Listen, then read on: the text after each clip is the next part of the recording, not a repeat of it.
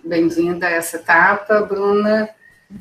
Parabéns por ter chegado até aqui, está conseguindo, né, terminar esse processo, que certamente foi cansativo, enfim, as condições todas que a gente está passando. Então, vocês já são realmente vitoriosos de estarem concluindo esse processo, com certeza. Deixa eu voltar aqui também para o teu memorial. Bruna é 6, né, Bruna? Isso. Ah, tá. Ok, está aqui o teu memorial. Bruna, a gente está colocando, assim, de uma forma geral, para os candidatos, uma questão, assim, da nossa realidade, né? Eu sou professora do IESC, e no IESC a gente tem esse desafio que é atuar na graduação de vários cursos, não só no nosso curso de saúde coletiva, mas também em cursos de medicina, fisioterapia, fono, TO. A medicina tem uma carga grande também e que está passando por modificações de currículo, né? A gente antes tinha uma inserção só no 5º período, agora a gente está com uma inserção no internato, que é obrigatório, e aí a gente tem atividades integradas com as várias áreas do internato da medicina também. Então, assim, certamente o professor que entrar vai se deparar com essa realidade, com essa situação, e eu queria que você falasse um pouco de como é para você esse desafio de atuar na graduação, não só da saúde coletiva, mas também de outras áreas, onde a saúde coletiva assim, não é, digamos, o tema de eleição, né, dos alunos. Isso sempre, às vezes, é um complicador da gente tornar a nossa disciplina atraente, fazê-los, né, enfim, ter uma adesão até, né? Eu, de vez em quando, encontro um médico que passou por nós na epidemiologia, e aí eu falo, sou professora e tal. Não sei se você assistiu às aulas de epidemiologia, mas se você assistiu, você deve ter sido meu aluno. E eles sempre ficam assim meio sem graça, porque certamente, né, nem sempre é a aula que eles escolhem frequentar com maior, né, assiduidade. Então, como é que você vê esse desafio assim, de trabalhar com esses alunos, às vezes bem novinhos? Olha, Kátia, assim, sempre será, sempre... eu acho que o desafio ele está um pouco menor agora, porque a epidemiologia está popular, né? Assim, infelizmente, com o que está acontecendo, a gente, os epidemiologistas estão no momento de reconhecimento da importância do nosso campo científico para a sociedade. E isso, evidentemente, se já não tem, vai ter um reflexo nos próximos graduandos que vierem, em termos de interesse, e acho que... mas não deixa de ser um desafio. Eles, de fato, os graduandos de medicina, os de nutrição, de enfermagem, os quais eu já dei aula, o interesse, obviamente, é muito mais na prática clínica. Geralmente é uma formação que tem esse enfoque, mas eu acho que existem diversas formas de atraí-los, né? Principalmente trazendo para a realidade deles, trazendo para o foco do que é importante para cada área, e não ficar preso. Eu tenho a formação de nutricionista, mas eu não fico presa a falar só sobre questões relacionadas à nutrição. E a minha primeira experiência como docente foi dando aula de epidemiologia e bioestatística para uma turma de enfermagem de um curso noturno de uma faculdade privada, sexta-feira à noite. Era muito motivador. Uma das vezes eu tive até um aluno que me olhou e perguntou, mas, professora, eu gosto de você, mas por que você escolheu isso para a sua vida? Que é um sofrimento? E assim, existem diversas maneiras de tornar, de transformar isso, né? De transformar a prática com eles, trazendo o porquê que é importante eles se estruturarem, eles entenderem as pesquisas epidemiológicas, eles entenderem a importância da epidemiologia para... Desculpa, um compartilhamento de tela me distraiu. Desculpa, eu coloquei isso aí só para relaxar todo mundo aí. Tá. Esse cartoon aí que eu acho que é bem emblemático dessa situação que você colocou, né? Epidemiologista hoje em dia faz sucesso nas festas. Então, assim, então eu acho que é um desafio, mas é um desafio que, se você colocar a interface entre a epidemiologia e para que ela serve, não só para a saúde coletiva, mas para a saúde como um todo, se torna interessante, se torna a gente caminhar, mas por que a gente usa um determinado medicamento e não outro? Porque teve uma pesquisa, um ensaio, ou vários, e teve uma revisão sistemática, né, fora as pesquisas com animais, mas a epidemiologia tem toda a sua importância, a sua relevância para isso. E também, obviamente, a gente atraindo os alunos dessa forma, a gente também mostra para eles o quanto que é importante que eles, não só na graduação, mas na pós-graduação, né, eles entendam como praticar a melhor evidência, como utilizar a melhor evidência, como se basear na melhor evidência e fazer a sua prática de medicina, de nutrição, de odontologia, de enfermagem, baseada na qualidade da evidência. Então, acho que isso é um primeiro ponto que fica do desafio, assim, que eu acho que eles têm que sair entendendo não só a importância, mas minimamente como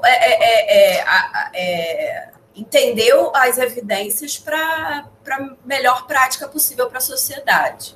Acho que é um pouco disso.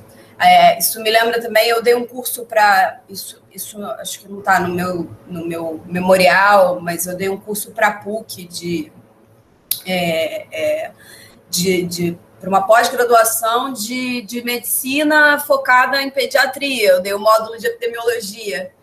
Então, nisso eu mostrei como é que a prática, a partir de evidências equivocadas, né, como, por exemplo, a morte súbita de criança deitada ao berço, como é que o uso da medicina equivocada e a qualidade da medicina pode prejudicar a saúde e a vida das pessoas, sobretudo no caso das crianças. Então, me lembrei dessa experiência que foi muito interessante, foi muito agradável, os alunos adoraram também.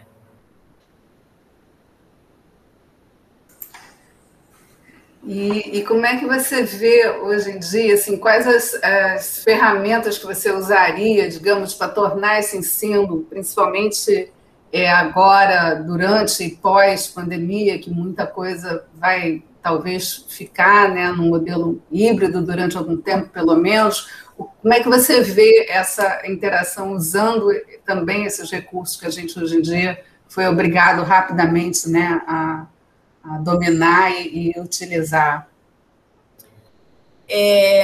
Eu acredito que esse é um caminho que a gente está trilhando, que possivelmente a gente deve migrar para algum modelo híbrido, algum modelo que facilite. Eu acho que a gente teve muitas dificuldades e tem muitas dificuldades com esse modelo do ensino à distância, mas, em contrapartida, a gente teve uma grande capacidade de interação com outros professores, outras áreas, outros debates entre instituições que talvez a gente não teria. A gente hoje consegue mais facilmente convidar um pesquisador da USP para dar uma aula, para ser convidado para uma aula específica de um determinado tema, do qual ele é a referência, e eu acho que isso é uma das vantagens, né? Uma das ferramentas de tornar mais atrativo.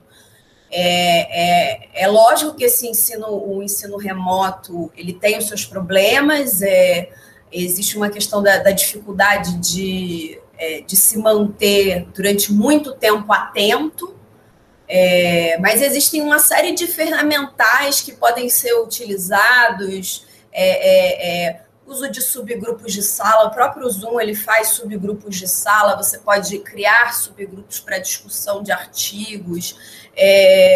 Tem uma ferramenta chamada Padlet, que você pode utilizar e anonimamente incluir questões sobre um determinado assunto. Então, você pode usar um exercício e aí os alunos vão inserindo as respostas, fazer um brainstorming com eles. Obviamente que a aula expositiva, ela tem que ser... tem a dificuldade de você olha para uma tela e não vê alunos, ou mesmo olha para alunos e não vê pessoas, vê pontos. E isso traz essas dificuldades, mas eu acho que existem muitas formas de interagir, e eu acho que existem maneiras de você colocar, inclusive para os alunos, como eles podem interagir, fazer pausas, né, usar melhor o chat, tá bastante atento. É complexo, é mais difícil, mas não é impossível. E eu acho que o modelo híbrido futuro, ele talvez seja uma combinação bem interessante, unindo tanto as vantagens do modelo remoto, quanto as vantagens que a gente sente saudade de estar perto das pessoas, interagir, ver gente, perguntar e ter resposta, ou não ter resposta, aquelas coisas todas de dar aula que são comuns, né? Não... Ok. Bruna, você tem assim já, né, uma bagagem grande com experiência, pós-doutorado, 2 pós-doutorados, né? Você já tem uma publicação assim mais um pouco mais robusta.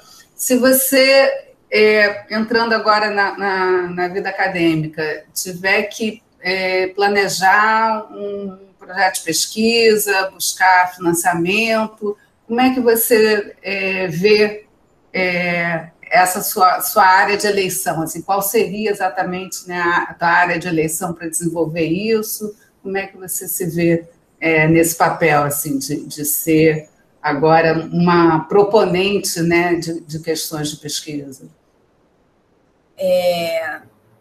Então, essa é uma questão interessante, porque eu fui migrando um pouco em áreas e acabei...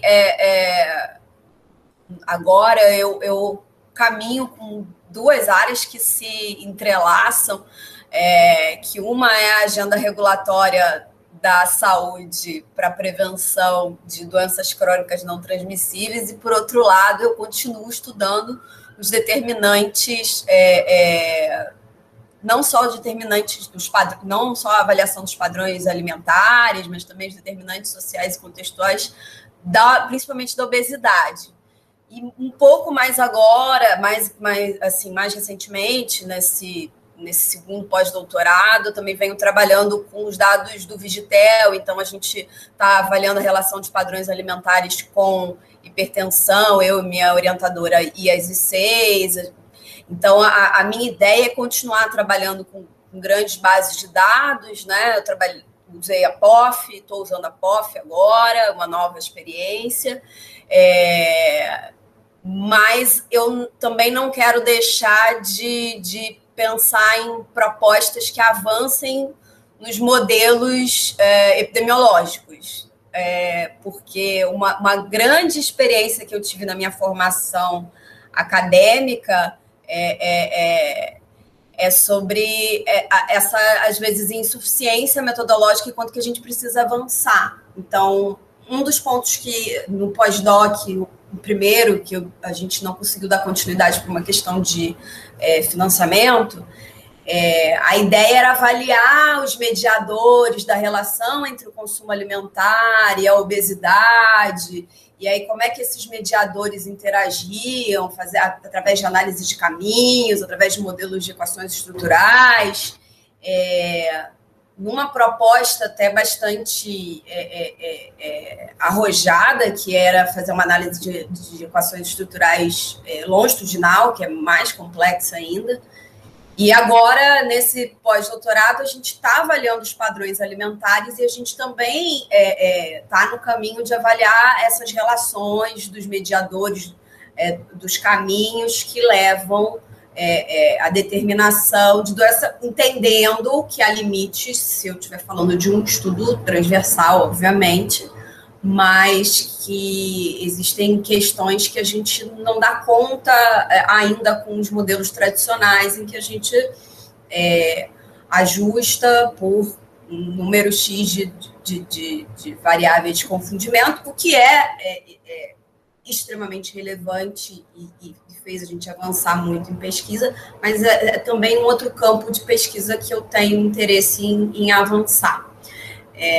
Acho que ficou um pouco amplo, mas são as minhas inserções são mais ou menos nesse sentido. Acho que não, né? Obviamente a ideia de manter o contato com o NEBIM, que é o núcleo de pesquisas de nutrição, de biologia e nutrição do Instituto de Medicina Social da UERJ, também manter o contato com o grupo de pesquisa com quem eu trabalho hoje no Instituto de Saúde Coletiva da UF, de epidemiologia nutricional. E sobre o assunto fomento, é o desafio do mundo. Essa interação com diversos pesquisadores, ela me deu a oportunidade de colaborar em atividades em que há alternativas de financiamento. Para além do financiamento do CNPq, que eu acho que é um caminho de se tomar muito cuidado, porque não é qualquer financiamento que você vai aceitar, justamente por uma questão de... por exemplo, eu não aceitaria um financiamento de uma associação que representasse uma empresa de refrigerantes, para avaliar a relação entre consumo de refrigerantes e obesidade. Mas algumas instituições de fomento e editais que são colocados e que já participei, e a interlocução com vários atores e vários pesquisadores, seja de setores do governo, seja de setores do setor da academia, me colocam numa posição, acho que até de privilégio, de conseguir avançar em pesquisas atualmente. Um dos pontos que, aí falando um pouco da área da área que eu tenho trabalhado, da agenda regulatória dos fatores de risco das doenças crônicas,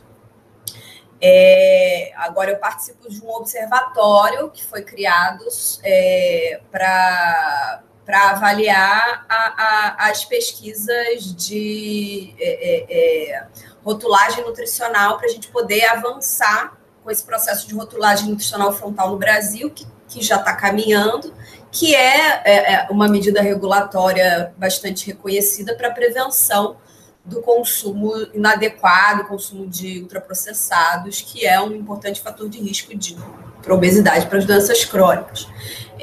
Então, nesse sentido, eu estou participando desse observatório e a gente está elaborando um special issue com várias pesquisas para a gente conseguir atuar contra o lobby do setor regulado.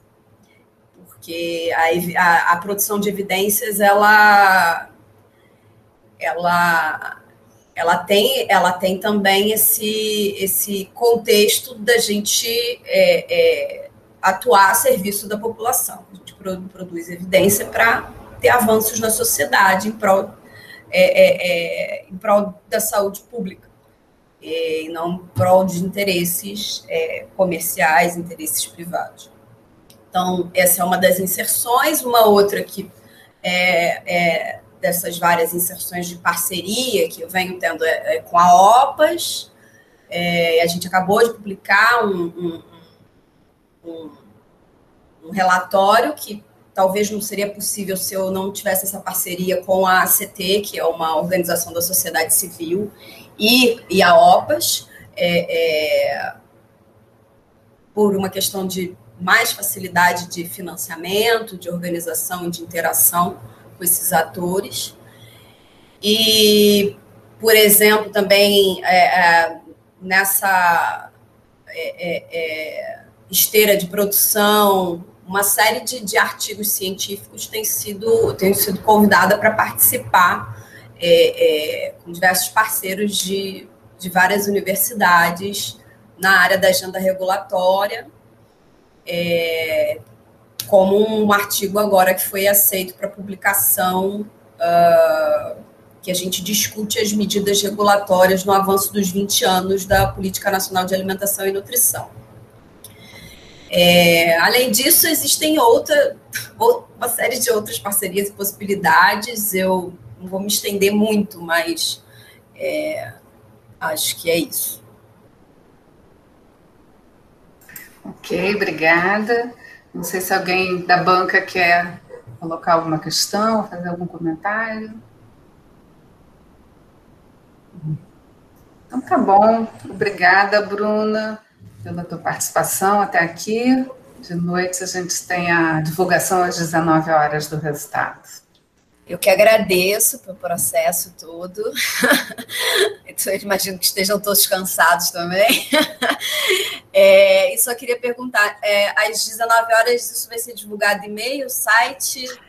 A gente vai divulgar pelo e-mail de vocês o link para vocês e para a banca entrarem, e vai ter uma gravação para o YouTube também, se outras pessoas quiserem assistir. Então a gente tem que entrar no link e estar presente. Vai ser um encontro virtual, não